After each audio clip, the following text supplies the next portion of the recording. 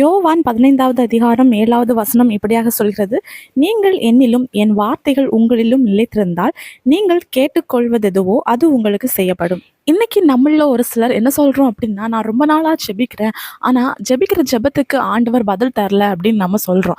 ஆனா சொல்ற நம்ம எப்படி இருக்கிறோம், நம்ம சிந்தித்து பார்த்துருக்குறோமா?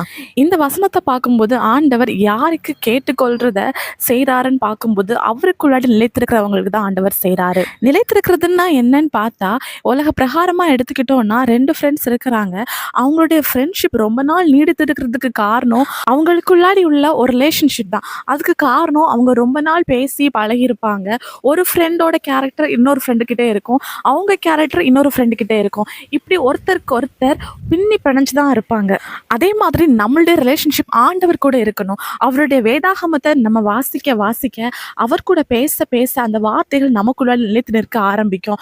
அந்த வார்த்தைகள் நமக்கு பழக்கப்பட்ட ஒண்ணா மாறும். அதே மாதிரி ஆண்டவர்கிட்ட பேச பேச அவருடைய சுபாவங்கள் இன்னும் அவருடைய வேதாகமத்தை வாசிக்க அவருடைய குணாதிசயங்கள் நமக்குள்ளாடி செயல்படும். நம்மளும் ஆண்டவரும் ஒண்ணா மாறுவோம். அதே மாதிரி அவருடைய வார்த்தைகள் நமக்குள்ளாடி கிரியை செய்ய நம்ம ஆண்டவருக்குள்ளாடி நிலைத்து நிற்போம். இப்படி நிலைத்து நிற்கும்போது ஆண்டவருக்கு நம்ம நல்ல சிநேகிதர்களாக நம்ம மாறுவோம். அப்படி நம்ம மாறும்போது நம்ம விரும்பின ஒரு காரியத்தை ஆண்டவர் நமக்கு செய்யாம இருக்க மாட்டாரு.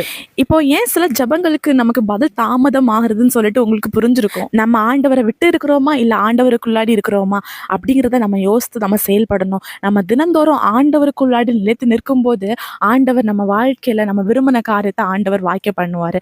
விசுவாசிங்க, அற்புதங்கள் எதிர்பாருங்க. இயேசு கிறிஸ்துவின் நாமத்தில் ஆமென்.